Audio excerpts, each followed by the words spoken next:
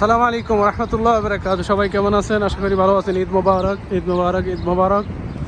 চলে আসলাম Bahrain city মানামাতে, যেখানে বড় বিল্ডিংগুলো আছে।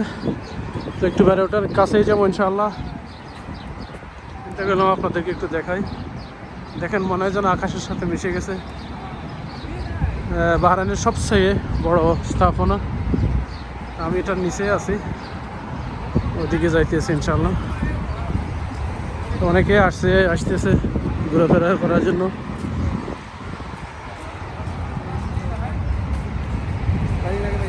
পানি আছে আমাদের।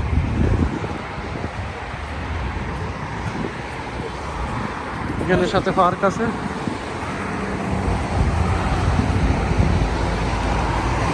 এখানে অনেকে ঘুরার জন্য আসছে, ঘুরতেছে।